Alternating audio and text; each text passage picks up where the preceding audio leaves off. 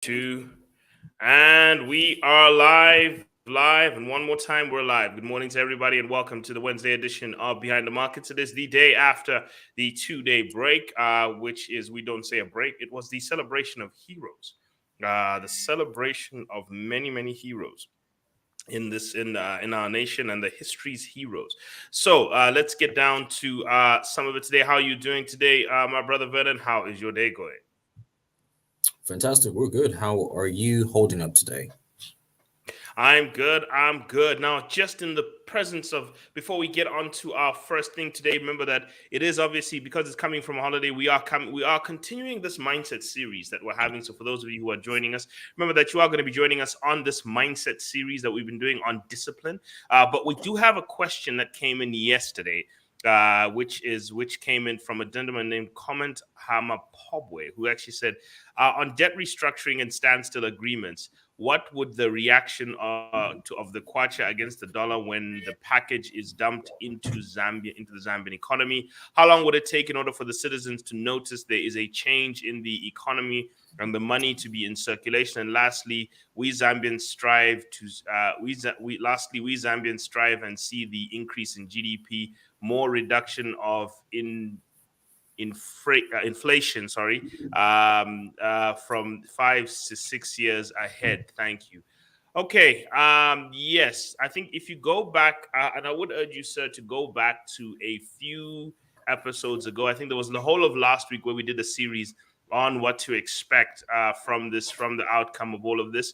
And if you actually go back to it, what you'll actually see is whenever you do see a debt restructuring of a country, especially of Zambia, if you go back to 2003 all the way up to 2013, I did a comparison of 2013 versus 2003 to 2013. Now, I want you to also have in your mind that a debt restructuring is not a bag of popcorn that you throw into a microwave. It doesn't have instant results. It has progressive and gradual results. But what you start to see is these decades that follow, the decade that follows becomes one of the fastest growing economic growth decades. It becomes the lowest inflation, and it becomes the most stable currency. Those are things that you're going to find: controlled inflation, higher economic growth, and currency stability. Now, for the citizens of the country, let me just be very frank with you. You will not feel benefits of that if you stand still, clap, and wait for the benefits to come to your front door. That's not how this works. You will feel the benefit of it if you go out there, make investments of yourself. If you go out there, improve your skills so that you can be more marketable if you want to go into the job world. You will go out there and if you start businesses, grow them now before the good times come, and you actually elevate them to the point where you actually start to capture some market from the increase in spending power that you'll start to see across many Zambians across the next 10 years. You will see a difference in your life if you start to make investments very wisely of your savings and you have 10 to 20-year goals. You will feel that difference. You will feel no difference if you stand on the sidelines, start trying to calculate and clap and waiting for things to happen. So the citizens of this country have to make a very strong decision. Will they participate or will they spectate? If you spectate, nothing will change in your life at all. The cost of living will still be high. You'll have no job. Your income will still be unattainable, and this country will be frustrating on you. But if you participate and you actually either start a business, make investments, and improve in yourself, you'll probably actually see a much better change in your life. And that is what sessions like this will see. They will differentiate between those who watch the tides rise and those who actually do better. But the economic environment will get better. It's just yes, it is likely. Let me just say it is likely to get better, highly likely to get better, given the trends of a debt restructuring and the economic fundamentals behind the debt restructuring. But we'll get onto this on the other side of the conversation, Vernon, which was we are going for our 60 at 60 break, but we'll get onto it on the other side of the conversation where we'll go a little bit deeper, just backtracking back into what to expect when you see a debt restructuring.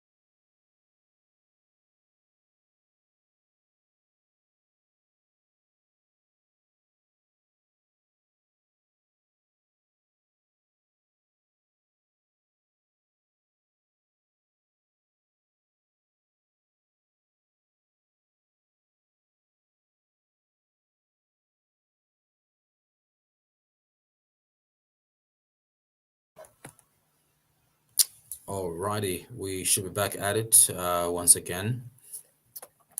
Right. So I think just getting back to I think what we're talking about, Vernon. I think the question that was being asked from yesterday, and we are now revisiting it, is that what to expect from, as I said, from a debt restructuring in our nation is that from the last time that there was a debt restructuring, and I read this to everyone, we saw 1,192 expand and 1,192% expansion in the wealth of this nation, according to the Credit Suisse Wealth Report, which moved from 2.2 billion to 22 billion dollars worth of wealth in this country that was then created. So we saw 20 billion dollars of wealth was created in this country, but it stayed at the top because of poor levels of participation.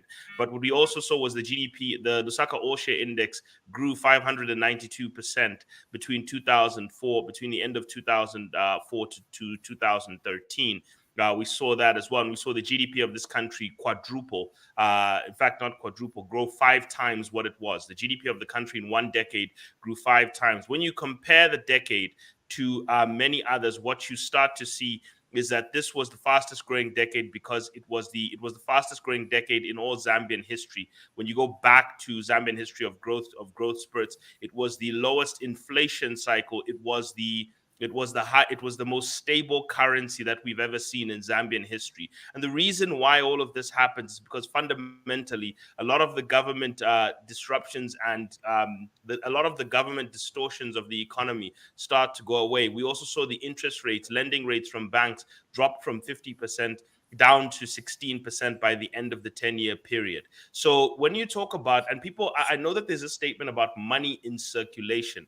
Well, let me tell you how money goes in circulation. I think it's very important for people to understand how money goes in circulation. You earn it. That's how it goes in circulation. You actually earn it. So you can get money from a loan and you call that money in circulation, but you're going to have to pay it back at some point. It's going to have to go back out of circulation because you're going to have to pay it back at some point. How money goes into circulation is that you earn it. You earn it by either running a business or improving your skill set.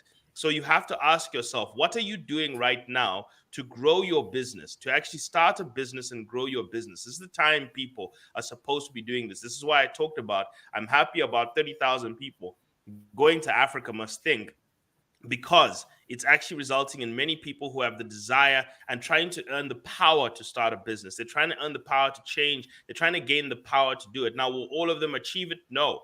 But at least a bigger majority of them, if more people are going, Vernon, then there's a bigger number of people who are going to end up actually executing it.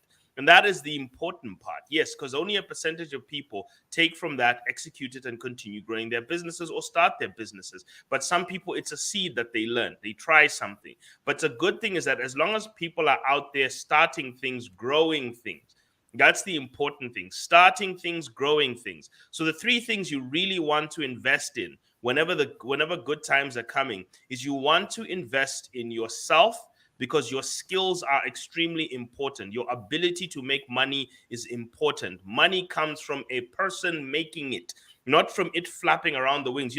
I think the rapper David Banner said something once that made it was very interesting about what affects us as an African people. He said Africa, unfortunately, he says fortunately or unfortunately, is a continent where there's trees all over the place where you can just grab food whenever you want. It's hot most of the year. You don't have much. He said, but so these people from these European countries have to contend with snow most of the year. So they have to store food. They have to build their industrial agriculture. So he said, this is why these people develop very well. Now, the problem with us is when we think about money, we think about it like money falling on you or bananas falling on you. I know that's not what Davido means in that song, but I'm going to remix it anyway. But that's how we feel. We think about if there's a lot of money in circulation, some of it will find its way into my house. None of it will find its way into your house at all. Okay. I'm going to stress this point. You will not benefit from the next 10 years, okay, or from the next decade or two of rapid economic growth that is probably going to hit this country. And I keep saying we are on the cusp of what is probably going to be the largest economic growth cycle of this nation's history. It's going to be a 10 to 20 year period, because we are going to see a very, very, very strong copper rally, which is happening all the way, a global copper rally, which is set to start on the other side of 2025, and it's set to go extend all the way to 2035 to 2040. So 15 years of very strong copper demand that is supposed to kick in is going to be at the center of it all. It's not copper demand only, mineral demand such as nickel, cobalt, all these things are going to have strong demand on them. So what that's going to do is going to stimulate the economy. It's going to have a government who's going to need to borrow less. And because they're on a payback plan for the next 15 years, they're also going to have to be very conservative about the way they spend money. Okay, the last government that came in and started borrowing heavily was because at that point we were debt free as a country, and they went and ruined that, unfortunately. But going forward, the government is not being excused of debt. They're going to spend the next 15 years still paying back their debt. Okay, it's just that they've been given a longer stretch of time to do it over the period, but they've just been given much more lenient terms to pay back their debt. They have not been given debt forgiveness. They've been given debt restructuring, which is much more lenient terms and much better on cash flow. And I'll tell you why. For example, the government of Zambia earns about 700 million to 1.2 billion dollars on mining taxes, which is the inflow of dollars they have access to. Now they are only going to have to pay back about $75 million a year in terms of bilateral debt repayment for the next 10 years, meaning that they have a lot more money that's free to do things like investing in infrastructure, those things. They don't have to pay back debt with that money. They've got much more freedom that they can utilize that money for in terms of the things in the economy. They're not running subsidies anymore. So in other words, that money, those dollars are not going towards subsidizing fuel to go into people's cars so that they can go party after party, and then it does nothing for the economy. Yes, people, we know exactly what you do with fuel. Okay, the majority of it doesn't go to productivity. People just use it for whatever you want. You can go and say, no, we run. You don't run anything. Okay, let's not lie to ourselves. So the reality, I think we need to start understanding is that a government is going to have a little bit more leeway to pay off debt, meaning that they're not going to be on the buy side of the dollar on the market. They're not going to be going on the market to buy dollars, meaning they will not be pressuring the market anymore for dollars. So that's one big factor that will actually play into the economy. So they're going to be able to allow some of the dollars to spill back into the economy and to allow the dollar to stay strong, which is what happened the last time. So these are factors that will play. I've also said that due to copper and mineral demand that's expected to spike on the other side of things, on the other part of it as well, we're seeing structural changes in oil. Oil prices are expected to come down globally from 2028 onwards because we're expected to reach peak oil, and we're going to see oil demand globally start to slowly come down because of electric vehicles in developing countries. We're also going to start seeing fertilizer demand, import for fertilizer will start to diminish because after 2025, we've got a domestic fertilizer plant that's going to be able to supply all the fertilizer needs of this country without importing fertilizer.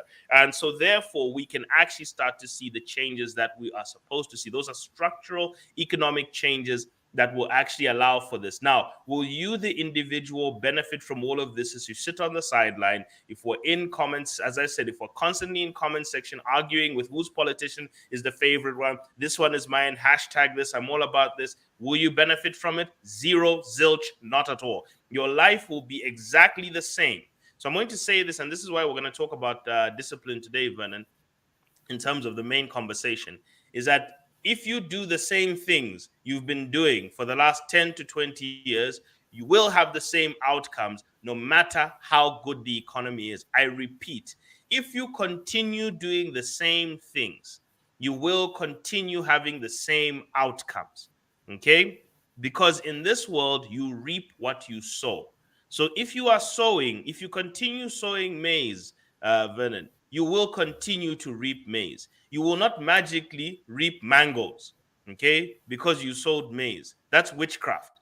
Okay. If you sow maize, you will reap maize. So if you sow laziness and wickedness and constant lethargy into your life, I can guarantee you this: you will reap it. Okay. So I hope that sinks in for as many people as possible. Yes, the economy is probably going to get better, but your life will not get better if you stay doing the exact same things that you have not seen any progress in doing. Okay. The key word is progress. If you're not moving in a specific direction and you're standing still, and you're still going to be standing still for the next 15 to 20 years, your life is still going to be at a standstill.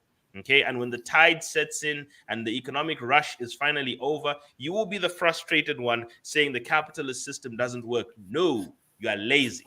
That's what happens. You are lazy. You're either ignorant and you're lazy, and most of the time it's both. So I know that it's hard to say, But Vernon, I hand it over to you before I get into today's main conversation. So I think building just on the same that you already have brought into perspective of being lazy. Um, I always tell people whenever I'm able to that if you cannot do something at least for others, then think about yourself, which should be the primary and the foundation of your hard working, and not because situations, of course, require you to. I think it'll be very sad to see how people will tend to be responsible only when situations require them to be responsible. In a case scenario, say for example, you are in your parents' home, for example, and you don't really think about food, rent, bills, water, electricity. No, you're okay. Whether you sleep the whole day, whether you wake up at 10 tomorrow, nobody cares. No one will come and bug you about rental money and everything. But then, in a scenario where I have seen an individual impregnate a child, and actually what was wise enough at least to take up the responsibility and say, okay, I'm the owner. It then pushes people to think outside the box. And this is where now the hard working and not working smart comes in, because you have responsibilities that are now forcing you to grow up and now get to handle responsibilities, which actually is a very sad scenario. In most scenarios where you are able to pick up yourself and say, I'm going to do something because I want to become financially free, financially stable, maybe, or just even have a stream of income for starters, unlike waiting for you to get to college and then you're paid for. And then it's sad where you even see students nowadays, even after going to college, you come back into your parents' home and you're still waiting for a job and you're still being fed, and time is going by. I think that is an unnecessary burden. If you have been educated, you've been given the key. That means there's more you can do. There's more, you are equipped and you have the tools and you are trained to make money. Now, as time goes by, like you've mentioned, if you don't increase on your value, then that means there you should expect no cash flow. You should not expect any sort of circulation coming around. But this is a person who has been to school, maybe. That means they have been given a tool to have, what do you call it, a foundation of circulation of money. But then they still do not want to use it. They've gone as far as tertiary education, but they still are unable to, have a stream of income. That sense of seriousness, I don't understand how that can be, embedded in us. Having to actually talk to a few friends, from Zimbabwe when we're having some online webinar and whatnot. Something interesting they shared was, it's funny how people will take things lightly when they should be taking it quite with importance. Unlike when you tell them this is a matter of life and death. So the concept we're actually being shared with, we're being told that in every scenario, in every circumstance, ensure that you attach a sense of importance. It's what do you call it? A matter of life and death scenario.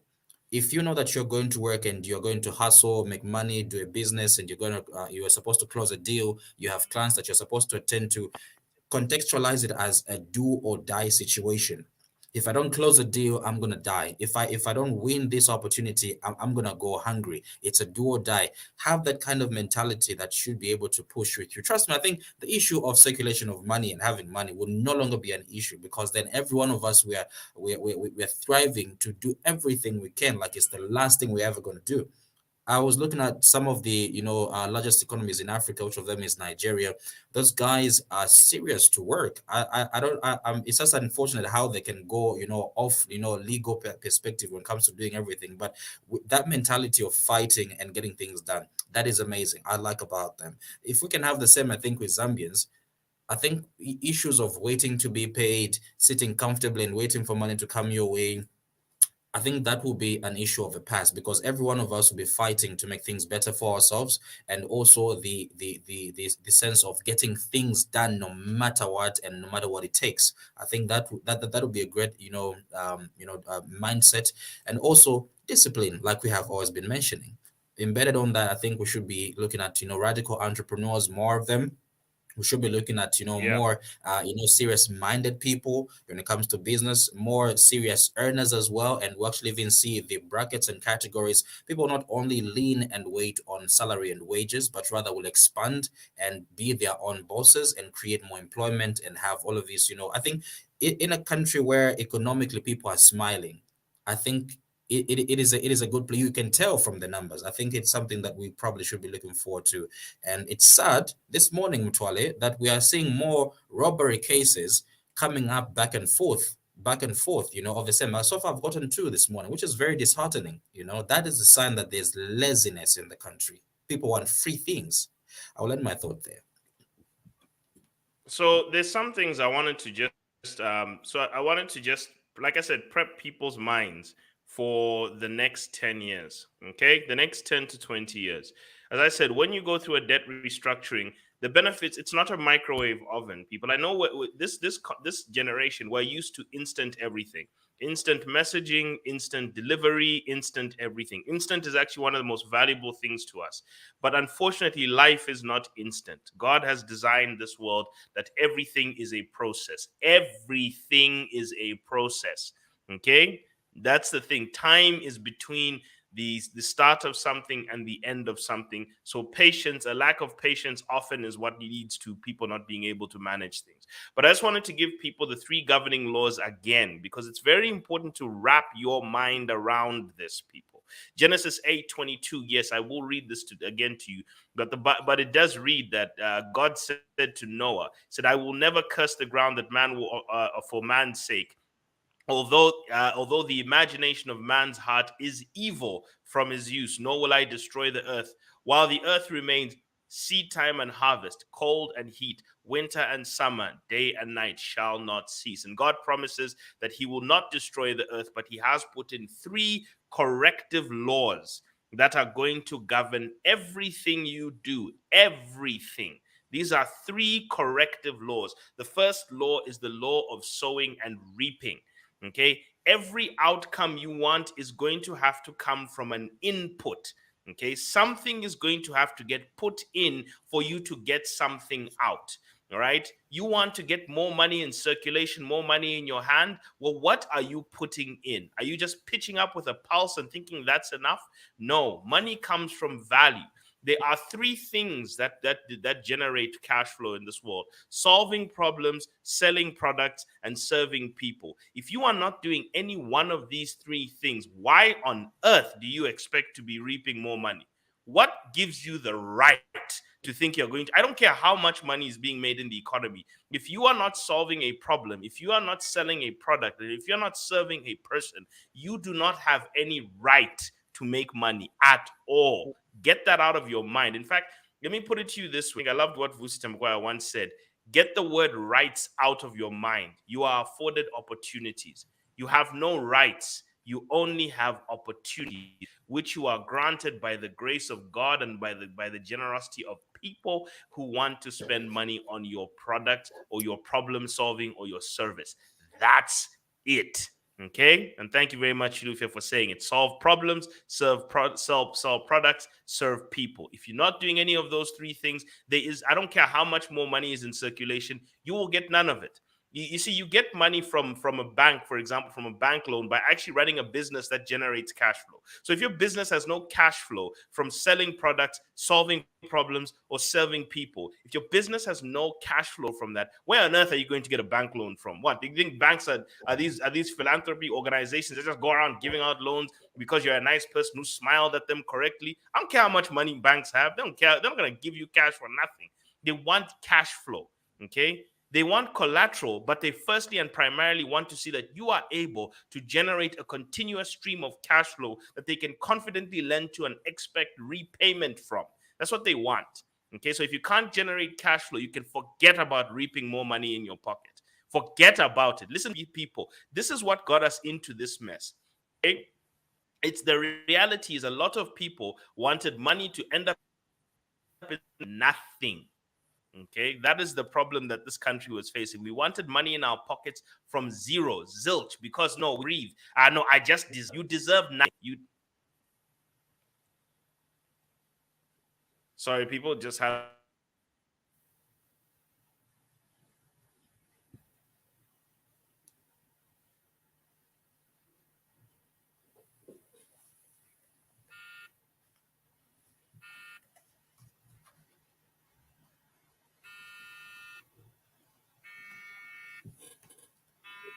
Can you hear me now? Better. Yeah, thank you very much. Sorry about that, people. We just had a little bit of a disruption. But yes, I think obviously the people, the more money in your pocket crowd, I think got to my microphone. They were very unhappy with that message. They were very unhappy with that message. But the point I'm trying to say is you'll deserve nothing. So the second law God puts into this earth, and I want you to think very carefully. So when God says there'll be sowing and reaping, He means that every outcome is a result of a preceding action. Every action has a preceding outcome. So should a man plant a cursed behavior, if you plant poverty, okay, if you do poor people things with money, you will be poor people by the end of these 20 years. If you do rich people things with money, you will be rich people by the end of these 20 years. So put this into your mind. What are you going to be doing with your time and your money? These are the two things that will dictate your economic outcomes after the next 20 years. What are you doing with your time and your money? If you are doing poor people things with your time and your money, you will be poor people by the end of this period. If you do rich people things with your time and your money by the end of these 20 throughout these 10 to 20 years, you will most likely be rich people by the end of these 10 to 20 years.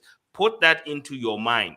Now, there are no guarantees in life, but I'm telling you that you're giving yourself the best chance by doing rich people things with money and time. It's not just money, people, it's money and time. Okay, because when you start your life and you've got no money and you have all the time in the world, you will be miserable. But when you start your life and you've got money and you have all the time in the world,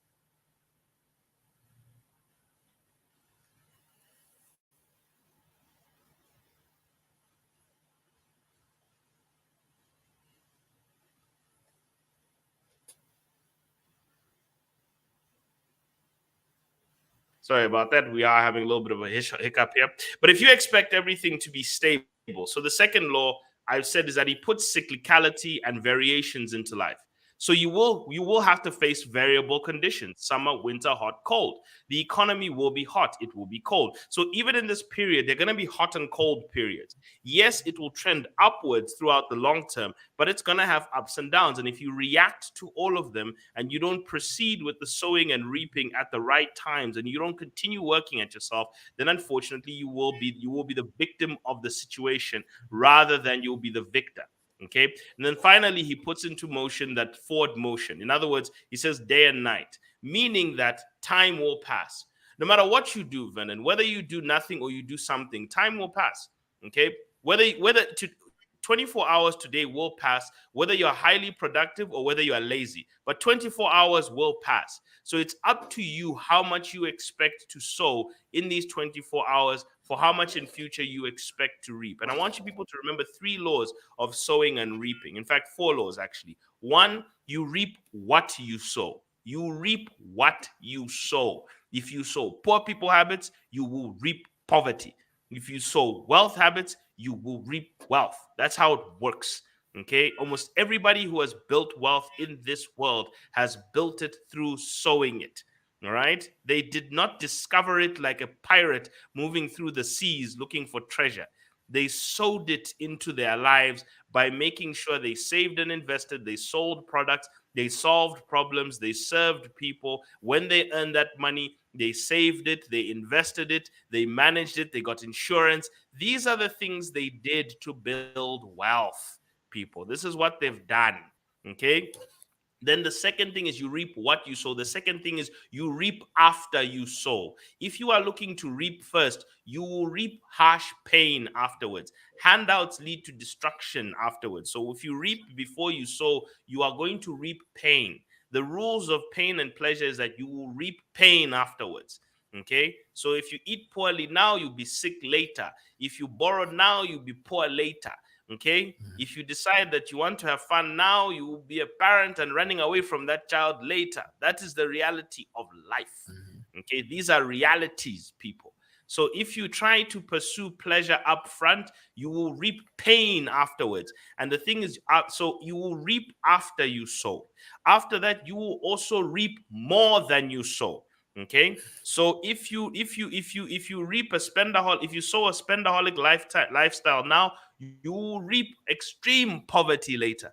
Okay, so just remember that every good thing that you get up front comes with very big pain later. Think about this country. We decided to borrow silly from about 2014 all the way up to 2018, dancing and jiggling as funny people. Then 2019, 2020, 2021 came when it was time to repay those things back. Did you see how things got rough very quickly?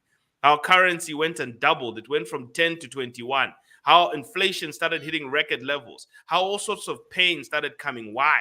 Because we didn't understand that the pain that comes after you reap up front is much greater than the pleasure you derived. We're standing here as a country and we're all saying, we borrowed all this money. Where did it go? Aha, you chewed it. Now you're learning. Okay? This is the reality of life, people. You reap what you sow, you reap after you sow, you reap more than you sow. So embrace the pain up front.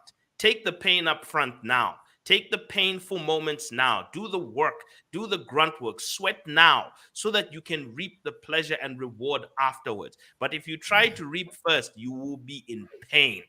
Okay, so that's something. This is just the conversation that leads up to discipline, which is the mindset that everyone has to approach these 10 years with.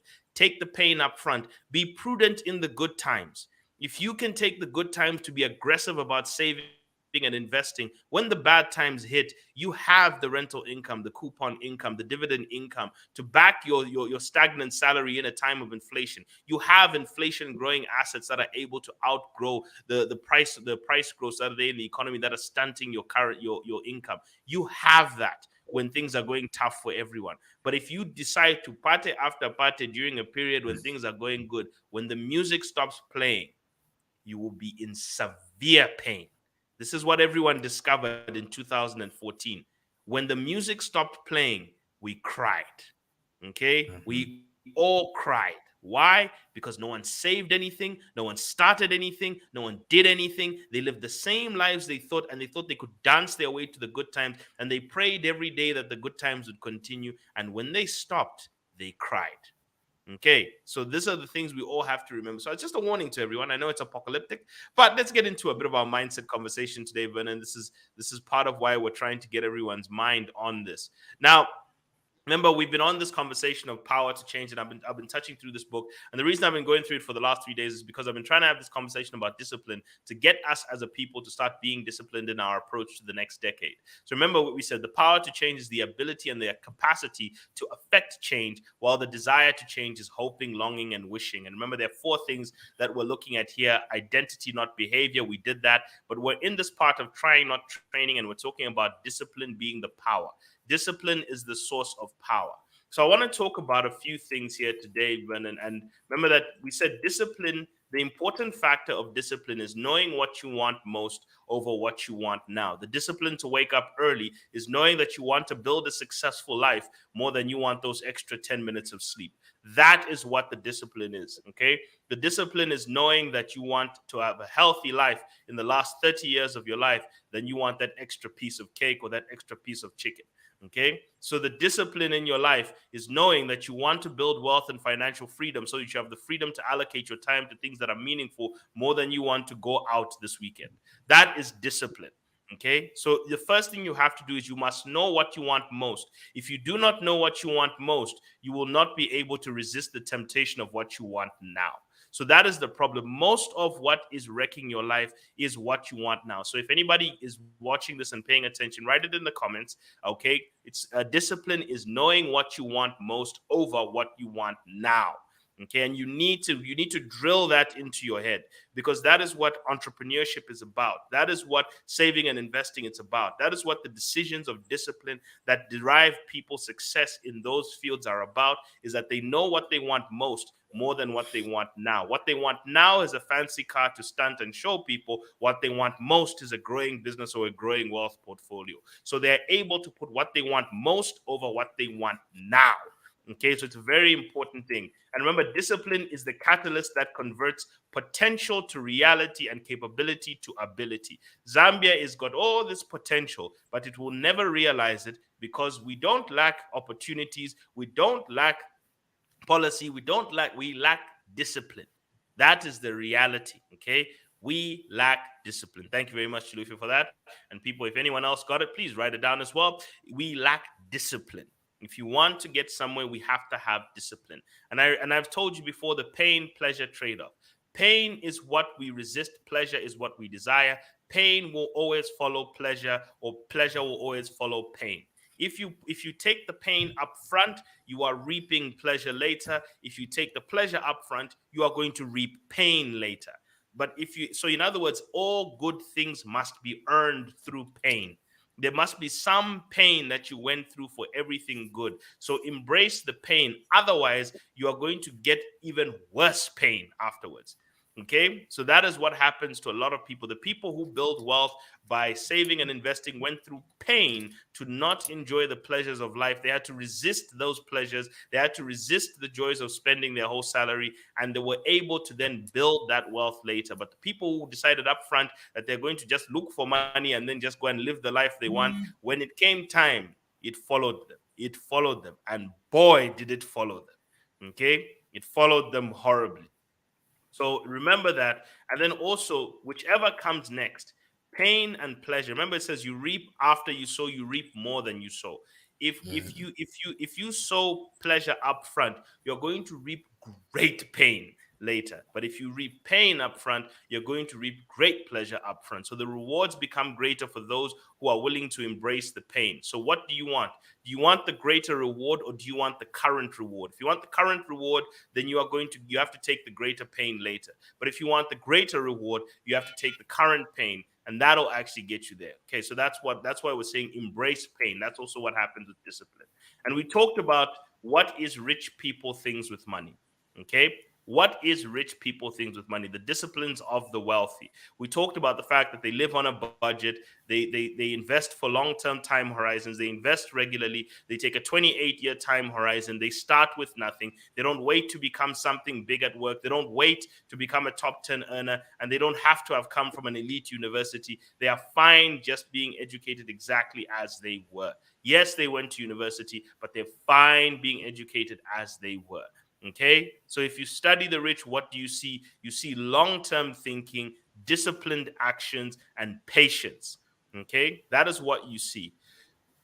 But today, Vernon, I want to talk about the psychology of willpower. This is where a lot of this conversation struggles. People say, look, I want to change, but how come I don't have the willpower to do it? So I'm going to get from a different book called Deep Work. And this is where Cal Newport actually writes about a 2012 study done by psychologists Wilhelm Hoffman and Roy Baumeister, who outfitted 205 adults with beepers. You know what a beeper was? Before there was a cell phone, when there used to be this thing called a beeper. Where then you're good. Yeah, you understand our olden day things. So before people used to text, you used to get beeped, and then you read a message. People, those things people used to walk on their hips. They used to look like in rap videos. People like, I got my two-way pager, son. That's how guys used to be. So they fitted 205 adults with beepers, and they randomly sent a beep through, and they would ask a person at that random moment, are they struggling with any desires? They need to reflect back on the last 30 minutes, and they need to ask, are they feeling like they desire to do something outside of their work? So they collected 7,500 samples, and this is what they found about willpower, Bernard. One, people fight desires all day long. Every day you have this urge to eat, you have this urge to do something, you have this urge to break away from the and look for pleasure. Human beings are wired incorrectly where we seek out pleasure. So discipline is overcoming this pursuit of pleasure, embracing pain for the greater reward later. We seek out immediate pleasure and the path of least resistance. That's what we seek out naturally. So left to our own resources, we are battling. Okay, the right things are always about us doing away with immediate pleasure, but our bodies are wired to look for it. That's why I told you I'm on my 100 days of cold showers to train my brain to say, I don't care what you to train my body. Say, I don't care what you want. You're going to do as I say. Okay, because that is basically how to actually get yourself into discipline. Now, expect to be bombarded with all types of pleasure all day. And these competing pleasures, Vernon, will often win out no matter how noble your intentions are. Have you noticed you always break away? You go into your social media, you eat when you're not supposed to. Have you noticed that we always do these things? Instead of focusing on your work, you now start having workplace conversations instead. Okay? These are your little distractions that are happening. Now, here's what they also found. A person has a finite amount of willpower that becomes depleted as you use it. So, what people think is willpower, the ability to resist temptation, is a manifestation of a person's character. Actually, that's incorrect. According to the study, willpower is a muscle. Okay, and it gets tired the more you use it. Think about running, think about walking. The more you walk, the more your feet hurt. The more you run, the more your legs hurt. The more bicep curls you do, the more your arms hurt. So they tire as they go along. So your willpower is not finite, it's not a limitless resource. And every distraction, every decision you need to make drains your finite pool of willpower. So unless you are smart enough to start saying, okay, so think about every day, Vernon, you have 100 points of willpower that can help you resist temptation. So the question is, and every decision you have to make drains 10 points from those 100 points of willpower. Are you going to constantly expose yourself to every decision, or will you be strategic about the decisions you have to make? You'll be strategic, right? So if you're smart about engineering your environment to ensure that you have to make less decisions, here's the reality about progress, people. Make less decisions. It's actually an ironic thing. Everybody's pursuing this world where you have all these abundant choices. But I give it to you this, Vernon. People who watch Netflix, what do they spend more time doing? Looking for a show to watch or actually watching a show? They actually are trying to find something nice to watch. And they spend more time searching for a show to watch than actually looking for than actually watching one. But if you're just watching TV that's programmed and maybe you only have one channel in your house, you notice you will watch what's there. So you will actually, if the decision is made for you in a specific way, if you can structure, this is why I said to people, why did everyone rush to their NAPSA? Because that's the only place they had money. Why, Vernon? Because every time they chose to invest, majority of people could not. But where it was enforced upon them and the decision was taken from them and the money was taken and put into an account, guess what? Many people found that they could withdraw 30 to 40,000 kwacha. They can't even lie that they had access to 30 to 40,000 kwacha anywhere else. They're lying to you. They did not. The majority of people did not have access to that kind of money. It was through NAPSA where it was forced on them to take out 5% of their income and the employer to do it, where a combined wealth was actually being built for them. So if you automate your decisions, remove them. So what are the 6 principles a person needs to follow in order to do that? So Cal Newport actually goes through what are 6 principles that a person needs to go through in order to attain this. So, in other words, to move beyond your good intentions and just adding routines, you need to limit the number of decisions that you need to make to actually eliminate some options. You've got too many options in your life. Why you're struggling with willpower is you've got too many options. You actually have too much freedom. Okay, it's actually counterintuitive, but you need to restrict your freedoms so that you can focus. The people of China, for example, Vernon, are able to be highly productive because they've got no political involvement. So they've got no choice but to focus on economic growth. They can't vote their way into economic prosperity like we think we can do. They work their way into it. And therefore, they've got no option but to be disciplined. They can't rely on politicians because they actually have to work through it. So you have to deploy rituals and routines that require less willpower. In other words, eliminate as many options and bring it down to a singular decision. Make a decision and stick to it. So 6 principles, Vernon, that a person has to go through in order to maximize their willpower is: 1, select and commit to a philosophy, a higher power, almost a religion. Okay, in fact, a religion. This is what religion gives us. Okay, it gives us a series of decisions already made for us. God has already said, this is what you do. This is what you do. God is basically saying, make one decision, follow me. Okay, make one decision to follow me. And then from that point onwards, obey the rules that I give you. That's it. So you're not relying on willpower. You're just following that one decision that you made. And you're continuing the harvest of those decisions that you continuously make. I know a lot of people say, but I follow God. Have you read the Bible? You haven't read it. Go and read it properly. Then you'll know what he's actually telling you to do. Because there's rules he's put on marriage, there's rules he's put on health, there's rules he's put on money, there's rules he's put on work, there's rules. So you're just going to say, I'm going to decide to be. This is why identity driven change, Vernon, is very important. And this is why I gave you the profile of millionaires. So if you're going to say, I'm going to be a millionaire, okay, then you have to just follow their rules. 94% of them live according to a budget. 75% of them do not touch credit. They invest for 20 to 30 years. They invest continuously in retirement plans. They're family oriented. They work 40, they work what's it, 10% more hours than the regular person. So if Mm. you're going to adopt, if you make one decision to be a millionaire and follow all the rules, you don't have to use a lot of willpower. You just have to dogmatically follow the rules. Don't rely on saying, okay, am I gonna? How much do I feel like saving this much? No, just stick to how much they do. Just stick to rules. If you have a rules-based life, you use less willpower. Okay, and I know people don't like that. But no, but my life is this and that. I want free. If you want freedom, you will destroy yourself. That's the reality. The second thing, Vernon, is to ritualize. In other words, create certain rituals that lead up to the execution of your habits. So if you're going to do like positive habits properly, create rituals that kind of ready your mind for it. Do you take a walk before a work session? Do you do a song and a dance in your room before you invest in a government bond? Doesn't matter what it is, bro. You can crip walk in your room if you want. But the point is, you're gonna have to start building up rituals that support you going into those habits. This next thing, Vernon, is make a grand gesture. Invest financially in it.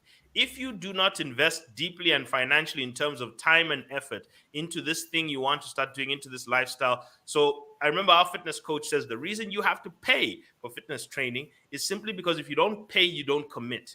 When you pay for something, Vernon, in time, money, and import, you attach a certain level of importance to it. So this is why people say pay for financial knowledge, pay for the services. When you pay for things, you attach importance to them. But if you don't pay for it, you will not attach importance to it. So that means you're going to elevate the importance of the things you pay for. Stop paying for the things that are destroying you and pay for the things that are good for you. Pay for the health food, pay for the extra. If you pay for things, you will attach importance to them. What's his name? There was a guy who does sales training, this Chinese dude. And he was saying the reason why expensive products last longer is not because they're made of better material, but because people pay more for them, they tend to treat them with more care. He said a cheap umbrella, he gave an example of an umbrella. He said a cheap umbrella is one that people treat cheaply. They throw it on the ground, they leave it, people walk on it. But an expensive umbrella is put in a container. It's taken care of, it's washed, it's cleaned. When people pay for things, they take more care with them. Okay. Then the fifth one is execute like a business, and I'm gonna go through these six things tomorrow in our topic of discussion. Execute like a business, okay, which is what we call the 4D execution plan, and embrace periodic downtime. I'm actually going to talk about all these things that help you use less of your willpower and more of what I call sort of higher power, which is like godly power. And it mainly starts by committing to a principle, Vernon. Committing to a principle. If you commit to a philosophy or a principle up front, and you submit and commit to it, you use less willpower. But if you try to use your own willpower, discipline becomes difficult. And so one of them was do not work or walk alone. So tomorrow, Vernon, we will go through the rest of these.